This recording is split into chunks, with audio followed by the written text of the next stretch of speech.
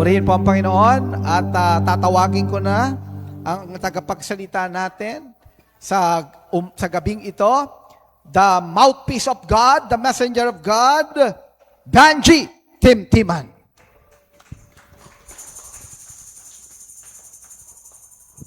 Salamat. Puri ng Diyos, magandang gabi po sa ating lahat. Sabihin mo sa iyong katabi, pinagpala ka kapatid. Amen. Tunay na mabuti ang Diyos. Amen. Mari po ba tayong manalangin? Diyos amang makapangyarihan sa lahat, tunay na ikaw ay mabuti. Maraming salamat po sa gabing ito. Lord, use me as a mouthpiece. Ano man ang nais mo, God, ayayag sa bawat isa sa aming Panginoon. Bigyan mo po kami ng bukas na puso, bukas na isipan, O God, upang aming lubos na maunawaan ang nais mong ihayag sa amin, O God. Lord, may you fill us with your grace. May you fill us with your sovereign Holy Spirit to really understand your word, O God. Thank you, Lord. All the glory, honor, and praises ay para lamang sa iyo. Amen. Yan. Tunay na mabuti ang Diyos. Magandang gabi po sa inyong lahat. Para po sa mga nasa online, sa mga hindi po nakakakilala sa akin, ako po ay si Banji Timtiman. Isa po ako sa naglilingkod sa Christ the Rock Church. Purihin po ang Diyos sa gabing ito at ako po ang na-assign para magbahagi ng kanyang salita. Ang title po ng ating pag-uusapan ngayong gabi, actually ito na po yung title na ginamit ko. Faith Fueled Fortune. Yan po ang ating ibabahagi.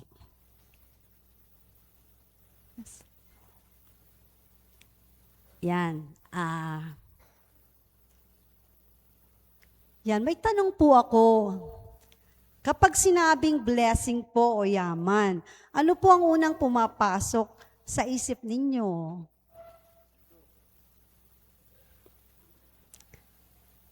Yan, ano po ba? Yes, next slide po. Yan, ito po ang kadalasan na naiisip kapag sinabing blessing at pagpapala. Pera, bahay, kotse, trabaho, o material things, di ba po? Yan, next po. Yan po ang kadalasan na iniisip kapag sinabing yaman, di ba po? Pero, alam po ba ninyo na may mas mataas na uri ng blessing na hindi nabibili ng pera? Yan, next slide po.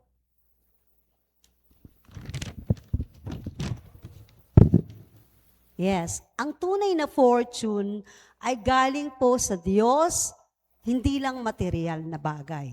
Amen. Blessing through trusting God, not just money, but God's favor, peace, purpose, and through abundance.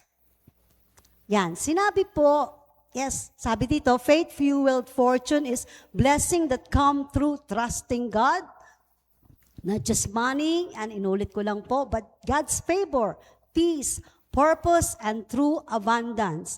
At sinabi niya po sa Hebrews 11:6, yan, ang sabi po niya, but without faith, it is impossible to please Him. For he that cometh to God must believe that He is, and that He is a rewarder of them that diligently seek Him. Faith opens the door to God's blessing. Amen po ba? At sinabi rin po sa Matthew 6:33, yes, but seek ye first the kingdom of God and His righteousness, and all these things, hindi lang po isa, kundi lahat, all these things shall be added. Wala ka nang hihilingin pa kasi ibibigay na lahat ni Lord. Amen po ba? Sabi dito, put God first, and then provision follows. Yes, next. Ang sabi naman po sa Mark 11:24, yan, therefore I say unto you, What things soever you desire, when you pray, believe that you receive them, and ye shall have them. So sinasabi dito na believe before you see. So kailangan maniwala tayo bago natin makita.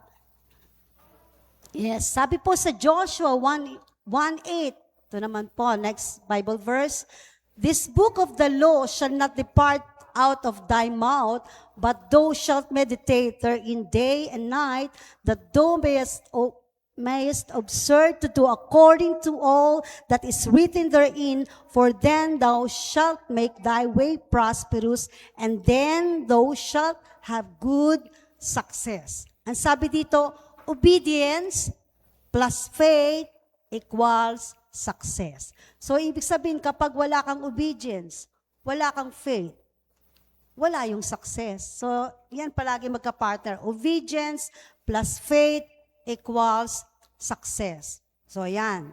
And next slide naman po, ang sabi sa Deuteronomy 8:18. Basahin po natin ang verse. But thou shalt remember the Lord thy God, for it is He that giveth thee power to get wealth, that He may establish His covenant, which He swore unto thy fathers, as it is this day. Sabi dito, kahit ang kakayahang kumita ng pera o magtrabaho, magtagumpay, galing pa rin ito kay Lord. Hindi ito galing sa sariling kakayanan. God is the source. Yan. At sinabi rin po sa Proverbs 3:9-10, lahat po ng ito ay binabasa ko dahil talagang biblical na sinasabi ng Panginoon na tunay na magtiwala tayo sa kanyang kakayanan. Sinabi po sa Proverbs 3:9-10, honor the Lord with thy substance and with the first fruits of all thy increase. So shall thy barns be filled with plenty, and thy presses shall burst out with new wine. Sabi po dito, honor God, overflow. So honor God, overflow. Obedience of this command brings the promise of physical and spiritual abundance, described as barns filling up and buds. Mapupuno ang mga kamalig at sisidlan. Ibig sabihin, di ka kukulangin kasi pupunuin ng Panginoon. Kasi sinabi niya sa Psalm 1:1-3, yan.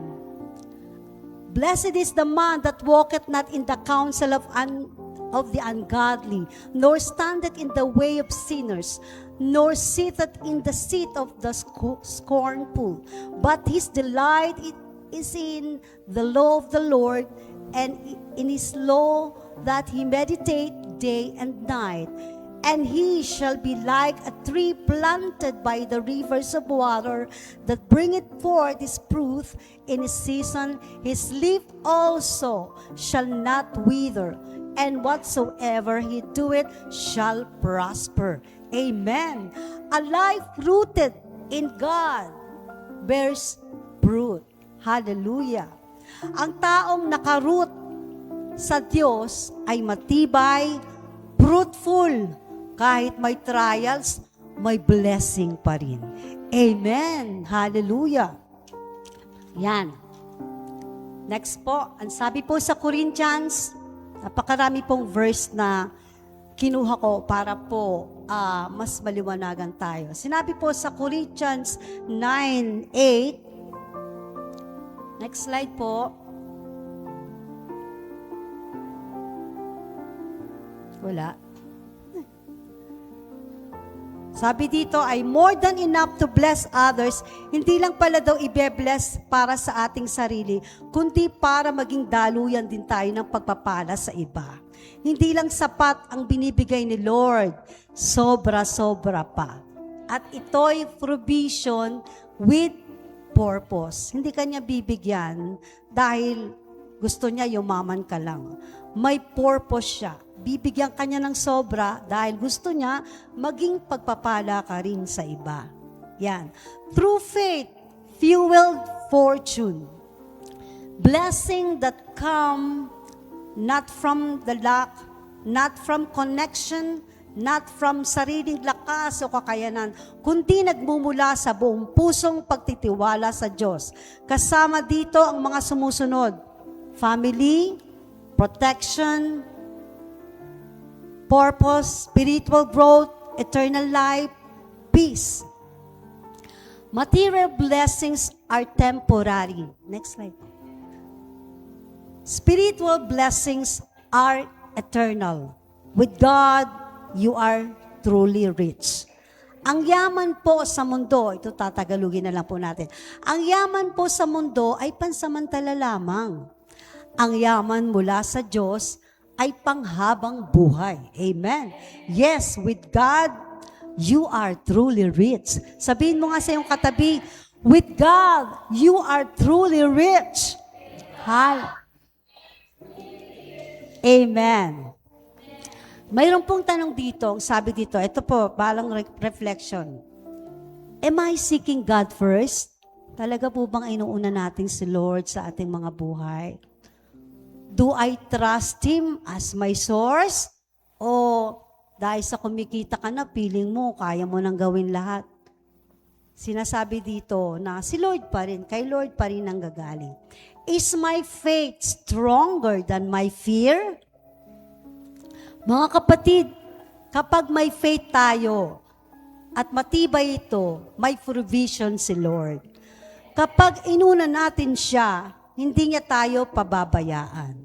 Kapag kasama natin si Lord, tunay tayong mayaman. Amen.